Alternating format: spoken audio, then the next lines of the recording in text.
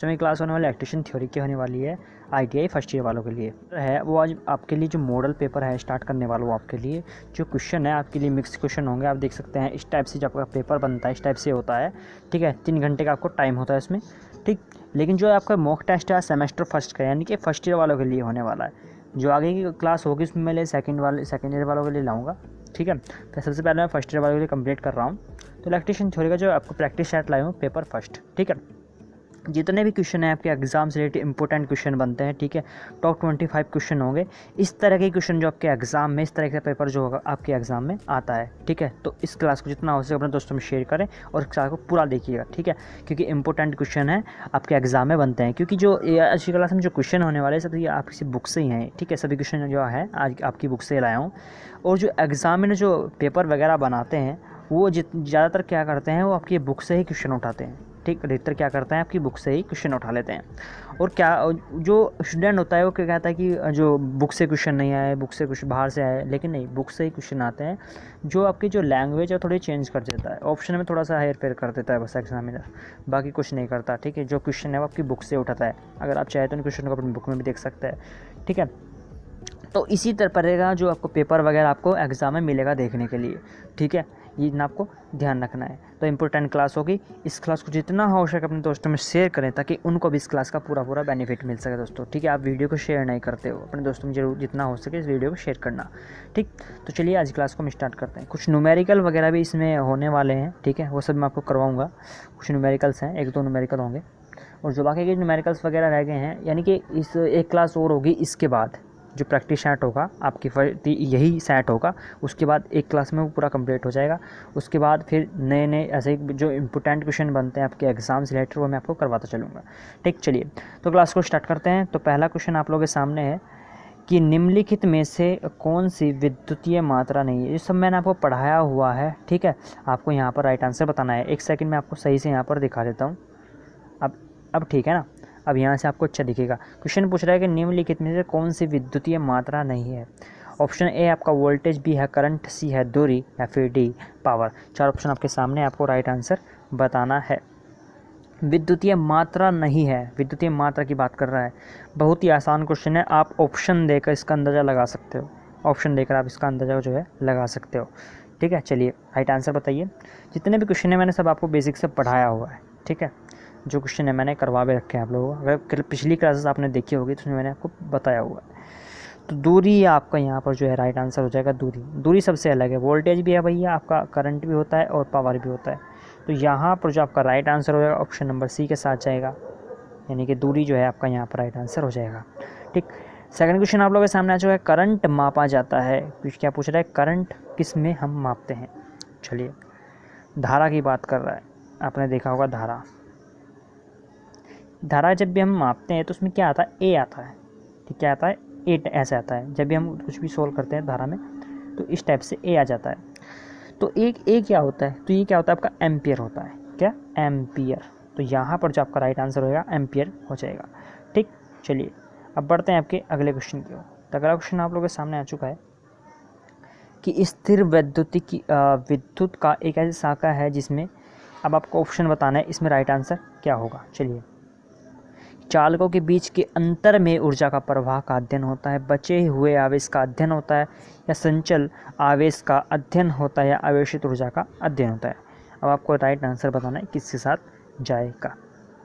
तो जो बचे हुए आवेश होते हैं उसमें इसका हम अध्ययन करते हैं स्थिर वैद्युतिक में। ठीक है, किसमें, स्थिर जो वैद्युतिक होते हैं क्या करते हैं इसमें हम, जो बचे हुए आवेश रहते हैं उनका हम अध्ययन होता है स्थिर वैद्युतिक में। इसी में पूछा विद्युत की धारा एक ऐसी शाखा है। ठीक है, तो यहाँ पर जो राइट आंसर है ऑप्शन नंबर बी के साथ जाएगा।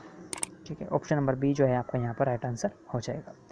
अब फोर्थ नंबर क्वेश्चन आप लोगों के सामने आ चुका है कि इंडस्ट्रियल अर्धचालक पदार्थ में कितने इलेक्ट्रॉन का संयोजकता कक्ष होता है। ऑप्शन ए है 1, बी है 2, सी है 4 या फिर डी 6। चलिए आपको राइट आंसर बताना है किसके साथ जाएगा। तो 4 आपका जो संयोजक कक्ष होता है वो 4 होता है। कितने, ऑप्शन नंबर सी जो है आपका यहाँ पर 4 होगा। ठीक, चलिए अब आता है आपका अगला क्वेश्चन। अगला क्वेश्चन आप लोगों के सामने आ चुका है कि एक पीएन संयोज धारा का प्रवाहित करता है जब, आपको ऑप्शन में दिए गए हैं P प्रकार के पदार्थ N प्रकार के पदार्थ से अधिक होते हैं, ठीक, या अधिक धनात्मक होते हैं। N प्रकार के पदार्थ P प्रकार के पदार्थ से अधिक धनात्मक होते हैं, या फिर N प्रकार और P प्रकार दोनों पदार्थों का बराबर इसमें जो है विभव होता है, या फिर N प्रकार और P प्रकार दोनों पदार्थों पर कोई भी विभव नहीं होता। तो चलिए आपको राइट आंसर यहाँ पर बताना है। तो जो P प्रकार के पदार्थ होते हैं और जो N प्रकार के पदार्थ से क्या से होते हैं, अधिक धनात्मक होते हैं। क्या ऑप्शन नंबर जो है आपका यहाँ पर राइट आंसर ए हो जाएगा। राइट आंसर क्या हो जाएगा, ऑप्शन नंबर ए, ठीक है।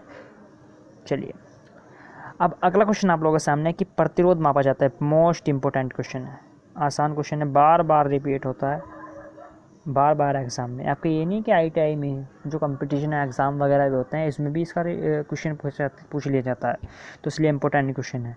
प्रतिरोध मापा जाता है और सबको पता है, लगभग सभी स्टूडेंट को पता होगा इसका राइट आंसर। चलिए जवाब दीजिए। तो क्या होता है, ओम। ओम, ठीक है, इसकी क्या होती है, ओम होती है, जिसका सिंबल इस टाइप से होता है, ठीक है। तो बी ऑप्शन जो है यहाँ पर आपका राइट आंसर हो जाएगा। चलिए समझ में आ गया इतना।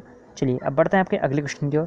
तो अगला क्वेश्चन आप लोगों के सामने है, जब का प्रतिरोध, ये इसमें दे रखा है, जो प्रतिरोध और वोल्टेज जो धारा होते हैं इनका सूत्र क्या होता है। जैसे आप पता होगा जो न्यूमेरिकल वगैरह पूछे जाते थे, इस पर मैंने आपको कुछ न्यूमेरिकल वगैरह भी करवाए हैं इसी फॉर्मूले पर। इसमें जो V है वोल्टेज है, R जो है यहाँ पर प्रतिरोध है, और जो I है वो है आपकी धारा, ठीक है। तो आपको राइट आंसर बताना है किसके साथ जाएगा, ठीक है। चलिए राइट आंसर बताइए, 4 ऑप्शन आपके सामने है। तो एक बात को देखते हैं, वो क्या होता है, V बराबर IR भी होता है। अब यहाँ पर इसके कई सारे फॉर्मूले निकल जाते हैं एक ही सूत्र से। सबसे पहले तो हम निकालते हैं V बराबर IR, ठीक। अगर मुझे धारा का मान निकालना हो तो मैं क्या काम करूँगा, अगर मुझे I निकालना हो, ये I है, अगर मुझे ये निकालना हो तो मैं क्या काम करूँगा, जो R है इसको उसके बटे में ले जा लूँगा। तो क्या हो जाएगा मेरे पास, V/R बराबर I, ये हो चुका है। अगर मुझे R का मान निकालना हो तो मैं क्या काम करूँगा, इस I को इसके बटे में ले जा लूँगा V के, और R का मान निकल जाएगा। तो V/I बराबर R। अब आप देख सकते हैं इसमें किसका मान पूछ रहा है। चलिए अब आपको यहाँ पर दिख रहा होगा किसका मान इसमें पूछ रहा है। 3 फॉर्मूले आपके सामने हैं, I बराबर V/R, या फिर R बराबर V/I, या फिर V बराबर IR। चलिए आपको राइट आंसर बताना है किसके साथ जाएगा। तो इसमें I के फॉर्मूले ज़्यादा दे रखे हैं, I के दे रखे ना, तो इसमें आपको देखना है जो V, इसमें सबसे ऊपर क्या आ रहा है, V, I का मान, तो ये वाला फॉर्मूला इसमें लगाना है, यानी कि V बराबर I बराबर कौन सा, I बराबर V/R। तो ये फॉर्मूला इसमें सफिशिएंट है। तो यहाँ पर आपको जो देखना है कौन सा है, तो V/IR। तो ऑप्शन नंबर डी आपका जो है यहाँ पर राइट आंसर हो जाएगा। 3-4 फॉर्मूले बन जाते हैं, मैंने बताया V बराबर IR भी होता है, ठीक। और अगर R का मान निकालूं तो V/I हो जाएगा। V हमेशा सब पे टॉप पर रहेगा, ठीक है, जो वोल्टेज होगा वो सबसे ऊपर रहता है, इतना आपको ध्यान रखना है। तो ऑप्शन नंबर डी जो है आपका यहाँ पर राइट आंसर हो जाएगा। चलिए अब अगला क्वेश्चन आप लोगों के सामने आ चुका है कि एम्पियर सेकंड इनमें से किसका मात्रक हो सकता है। चलिए 4 ऑप्शन आपके सामने है, आपको राइट आंसर बताना है किसके साथ जाएगा। तो आवेश जो है आपका यहाँ पर राइट आंसर होगा, आवेश, ठीक है। ऑप्शन नंबर डी आपका जो है यहाँ पर राइट आंसर हो जाएगा, ठीक है। इतना समझ में आएगा दोस्तों। चलिए अब बढ़ते हैं आपके अगले क्वेश्चन की ओर। तो 9th नंबर क्वेश्चन आप लोगों के सामने है, पूछ रहा है कि किसी परिपथ सर्किट में के लिए जिसमें 36 ओम के प्रतिरोध के माध्यम से 2 एम्पीयर की धारा प्रवाहित हो रही है, तो वोल्टेज सोर्स क्या होगा। न्यूमेरिकल आपको पूछा है। तो आर का मान आपको देख रखा है, यहाँ पर लिख देता हूँ 36 ओम। आर का मान कितना दे रखा है, 36 ओम, और आई आपको दे रखा है क्या, 2 एम्पियर। अब आपको क्या निकालना है, V निकालना है भैया आपको, V।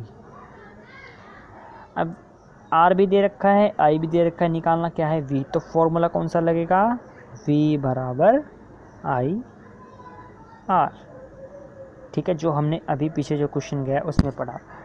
तो I की वैल्यू कितनी दे रखी है आपको, 2, यहाँ पर लिख देता हूँ 2 दे रखी है, और जो आर की वैल्यू कितनी दी है 36, तो जब मैं 2 गुना 36 करूँगा, 2 गुना 36, तो आंसर क्या निकल के आ जाएगा 72 वोल्टेज। तो ऑप्शन नंबर डी जो है आपका यहाँ पर राइट आंसर हो जाएगा। मैंने फॉर्मूला कौन सा लगाया इसमें, मैंने लगाया फॉर्मूला V बराबर IR। ठीक है, I की वैल्यू 2 रख दी, R की वैल्यू 36 रख दी, तो V की वैल्यू क्या आ गई 72। ये आपको समझ में आ गया। चलिए अब बढ़ते हैं आपके अगले क्वेश्चन की ओर। तो अगला क्वेश्चन आपके सामने है, चलिए आपको बताना है राइट आंसर किसके साथ जाएगा। चलिए दोस्तों, अब एक श्रृंखला परिपथ के 3 प्रतिरोध जिनका मान क्रम से 120 ओम, 270 ओम तथा 360 ओम है से बना कुल प्रतिरोध।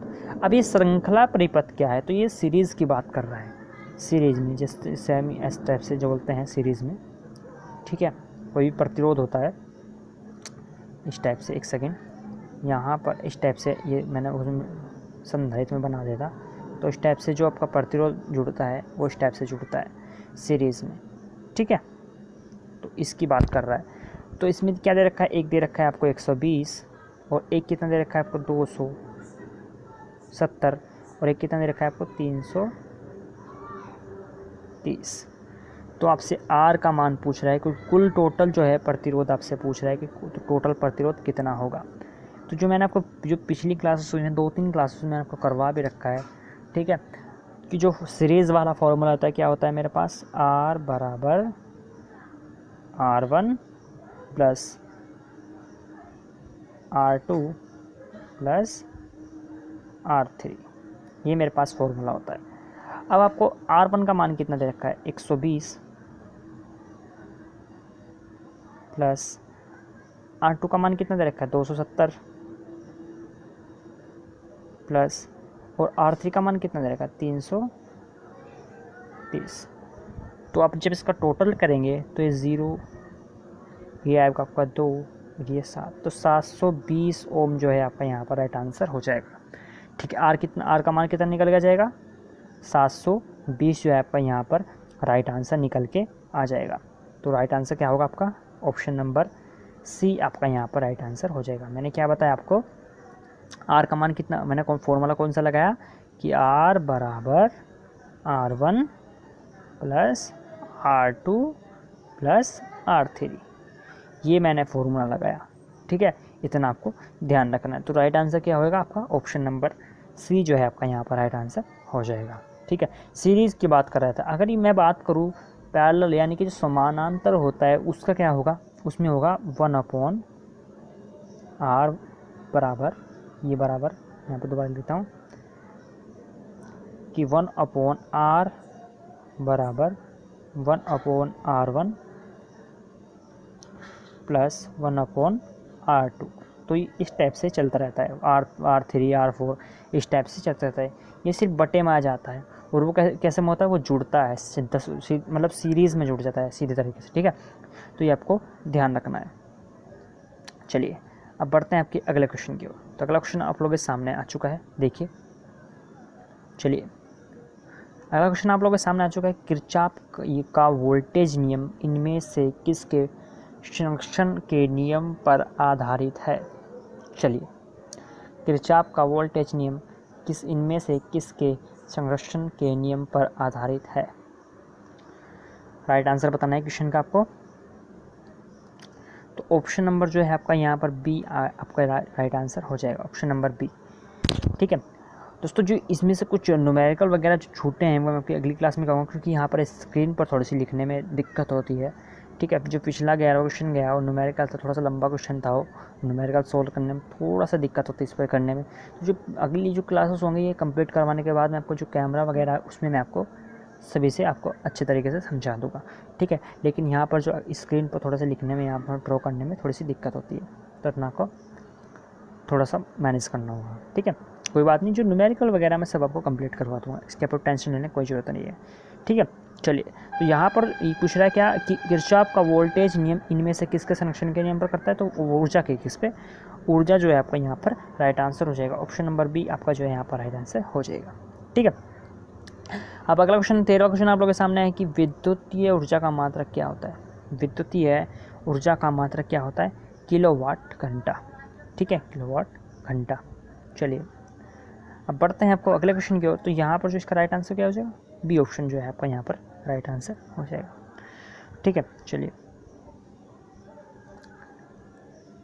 अगला क्वेश्चन आप लोगों के सामने है कि किसी एक बिंदु पर मिल रहे सारे करंट का योग शून्य होता है, या किसका नियम है? चलिए कि किसी एक बिंदु पर मिल रहे सभी करंट का योग कैसा होता है? शून्य होता है। तो ये किसका नियम है? किसने ये नियम दिया था? चलिए तो किरचॉफ ने जो है आपका नियम दिया था, किरचॉफ करंट का नियम। ठीक है, किरचॉफ करंट लॉ। ठीक है, तो ऑप्शन नंबर ए आपका जो है यहाँ पर राइट आंसर हो जाएगा। चलिए अगला क्वेश्चन आप लोगों के सामने है कि 15वां क्वेश्चन, किसी प्रतिरोध के विद्युत ऊष्मारोधी का तापमान गुणांक है। चलिए ऑप्शन ए है आपका धनात्मक तथा तापमान से मुक्त, बी है ऋणात्मक तथा तापमान से मुक्त, सी ऋणात्मक तथा तापमान पर आधारित, डी ऑप्शन है आपका धनात्मक तापमान पर आधारित। चलिए तो ऑप्शन नंबर सी आपका जो है यहाँ पर राइट आंसर हो जाएगा। क्या? ऑप्शन नंबर सी आपका यहाँ पर राइट आंसर हो जाएगा, ऋणात्मक तथा तापमान पर आधारित। ऑप्शन नंबर सी आपका जो है यहाँ पर राइट आंसर हो जाएगा।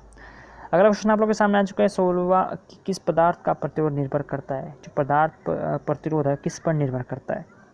चलिए तो लंबाई पर, क्रॉस सेक्शन क्षेत्र पर, पदार्थ पर, या फिर डी ये सभी। तो ऑप्शन नंबर डी आपका जो है यहाँ पर राइट आंसर होगा, इन तीनों पर यह निर्भर होता है। ठीक, चलिए अगला क्वेश्चन आप लोगों के सामने आ चुका है कि 2 म्यू फैराड के 4 संधारित्र एक श्रृंखला में जुड़ा है, सीरीज़ की बात कर रहा है, तो तुल्य विद्युत धारिता कितनी होगी? तो 2 ओम, 4 ओम, 6 ओम, फिर 8 ओम। तो 4 की बात कर रहा है, तो 8 जो है आपका यहाँ पर राइट आंसर हो जाएगा। ऑप्शन नंबर यहाँ पर जो आपका राइट आंसर होगा एक के साथ चला गया, 2, 4, 6 और 8। ठीक है, तो 8 यहाँ पर जो है आपका यहाँ पर राइट आंसर हो जाएगा। 4 की संधारित्र की बात कर रहा था ना, ठीक है, तो सीरीज़ में बात कर रहा है, तो यहाँ पर जो है आपका राइट आंसर हो जाएगा। ठीक, अब चलिए आपका बढ़ते हैं अगले क्वेश्चन की ओर। तो अगला क्वेश्चन आप लोगों के सामने है कि विद्युतीय सोल्डर मिश्रण है, इनमें से किस किस का मिश्रण होता है सोल्डर? चलिए और कितने प्रतिशत होता है ये भी आपको बताना है। तो बी जो है आपका यहाँ पर राइट आंसर हो जाएगा, 50% लेड, और जो 50% यहाँ पर जो है 50% लेड और 50% टिन। कहीं कहीं पर दिया जाता है आपको जो लेड की मात्रा होती है 40% दे देता है, और जो टिन की मात्रा होता है वो 60% भी दे देता है। तो ये भी माना जाता है ठीक। ठीक है, तो ये आपको ध्यान रखना है, कहीं कहीं पर दिया जाता है, लेकिन वो उसमें क्या होता है, उसमें जो सोल्डर होता है, जो उसकी मतलब उसको कठोर बनाने के लिए उसमें लेड की मात्रा अधिक कम करनी पड़ती है। ठीक है, अगर आपको बराबर करना है तो लेड बराबर 50 और टिन आपको 50, लेकिन अगर उसको कठोरता बढ़ानी हो तो लेड की मात्रा आपको बढ़ानी होगी। ठीक है, अगर उसकी कठोरता घटानी हो सोल्डर की, तो उसकी जो लेड की मात्रा कम करती है, उसकी जो ऐसी सिचुएशन घटती और बढ़ती चली जाएगी। तो ये ऐसे सिचुएशन बनती रहती है, तो ये आपको ध्यान रखना है। लेकिन अगर इस टाइप से क्वेश्चन बने तो आपको 50% लेड रखना है और 50% ही टिन रखना है। ठीक है, तो यही आपका जो बुक में है वही कहा गया है कि इसमें जो लेड की मात्रा 50% रखनी है आपको, और जो टिन की मात्रा है वो भी 50% रखनी है, आधी आधी। ठीक है, तो ये आपका राइट आंसर हो जाएगा। लेकिन अगर क्वेश्चन बन जाए कि सोल्डर में अगर हमें जो उसकी कठोरता बढ़ानी हो, ठीक, तो फिर आपको ऑप्शन दिया जाए कि 50%, फिर आपको ये नहीं चुनना हो, फिर आपको चुनना होगा जिसमें लेड की मात्रा अधिक हो, ठीक, और टिन की मात्रा कम हो, क्योंकि जो लेड की मात्रा बढ़ाएंगे तो कठोरता बढ़ जाएगी, और लेड की मात्रा कम करेंगे तो कठोरता आपकी घट जाएगी। ये आपको राइट आंसर, ये आपको ध्यान रखना है। तो यहाँ पर जो आपका राइट आंसर होगा ऑप्शन नंबर बी के साथ जाएगा, 50% टिन, 50% लेड। चलिए अब 20वां क्वेश्चन आप लोगों के सामने आ चुका है कि एक 12 वोल्ट की बैटरी का खुला प्रतिरोध वोल्टेज होगा, किससे होगा? 12 वोल्टेज से कम होगा या जी अधिक होगा? चलिए राइट आंसर बताइए, 12 वोल्टेज से कम होगा या फिर अधिक होता? अधिक होगा, 12 वोल्टेज से अधिक होगा, अपर। चलिए अगला क्वेश्चन आप लोगों के सामने कि जब किसी इलेक्ट्रोलाइट में विद्युत धारा प्रवाहित होती है और कुछ रासायनिक क्रियाएं होती है, तो इस विधि को क्या कहते हैं? इस विधि को क्या कहा जाता है? चलिए आपको राइट आंसर बताना है। तो विद्युतीय अपघटन इसको बोलते हैं, क्या बोलते हैं? विद्युतीय अपघटन। इलेक्ट्रोप्लेटिंग इनमें से किस पर होती है? इलेक्ट्रोप्लेटिंग इनमें से किस पर? कैथोड पर या एनोड पर या फिर दोनों पर? चलिए को राइट आंसर बताएं। इलेक्ट्रोप्लेटिंग जो करते हैं हम कैथोड पर होती है या फिर एनोड पर होती है या फिर इनमें से कोई नहीं होती? चलिए राइट आंसर बताइए। तो दोनों पर की जाती है, तो एनोड पर भी और कैथोड पर भी। ऑप्शन नंबर सी आपका जो है यहाँ पर राइट आंसर हो जाएगा। अगला क्वेश्चन आप लोगों के सामने आ चुका है कि बिजली घरों में किस भंडारण बैटरी का सामान्यतः प्रयोग किया जाता है? बिजली घरों में किस भंडारण बैटरी का सामान्यतः प्रयोग किया जाता है? ऑप्शन है आपका निकल कैडमियम बैटरी, बी है जिंक कार्बन बैटरी, सी है लेड अम्ल बैटरी या फिर डी उपरोक्त में से कोई नहीं। चार ऑप्शन आपके सामने, आपको राइट आंसर बताना है। तो लेड अम्ल बैटरी होती है, वैसे लेड उस जो बैटरी होती है उस पर लिखा भी होता है लेड, ठीक है, तो आपको ध्यान रखना है। ऑप्शन नंबर सी के साथ जो है आपका यहाँ पर राइट आंसर हो जाएगा। ठीक, अब जो लेड अम्ल बैटरी चल सकती है, कितने जो उसका डेट होती है, जो एक्सपायरी होती है, वो कितनी होती है, मतलब कितने टाइम तक चल सकती है, आपको बताना है।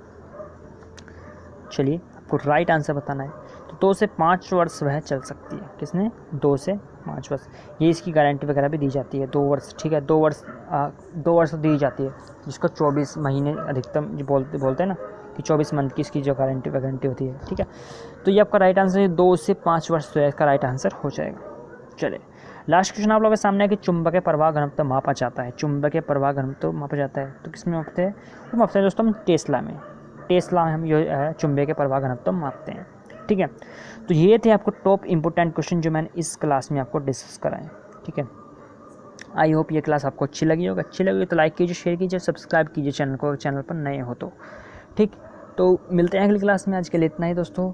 और हाँ, अगर आपको कुछ भी डाउट है क्वेश्चन से रिलेटेड, ठीक है, तो आप मुझे कमेंट करना, मैं आपको जो जवाब हो उसका देने की पूरी कोशिश करूँगा दोस्तों, ठीक है। और जो न्यूमेरिकल आपके जो क्वेश्चन छोटे हैं, जो न्यूमेरिकल रह गए हैं, वो मैं आपको जो क्लास होगी कैमरे वगैरह में, तो उसमें आपको करवा दूँगी कि यहाँ पर स्क्रीन पर थोड़ी सी लिखने में थोड़ी सी दिक्कत होती है, क्योंकि जो न्यूमेरिकल थे वो थोड़े से बड़े थे, जो छोटे न्यूमेरिकल तो मैंने करवा दी, लेकिन जो न्यूमेरिकल आपके रह गए हैं वो थोड़े से लंबे बड़े से थे, तो जो स्क्रीन पर नहीं आ सकते थे, तो इसलिए जो क्लास होगी कैमरे वाली, तो उसमें आपको कंप्लीट करवा दूँगा, ठीक है, जितने आपके न्यूमेरिकल बचे हैं। तो अगली क्लास, एक क्लास और होगी इसी मॉक टेस्ट की, ठीक है आप, और फिर जो क्लासेस होंगी जो उसके चैप्टर बच गए हैं आपके, वो मैं आपको कंप्लीट करवाऊँगा, ठीक है। तो मिलते हैं अगली क्लास में, आज के लिए दोस्तों, धन्यवाद।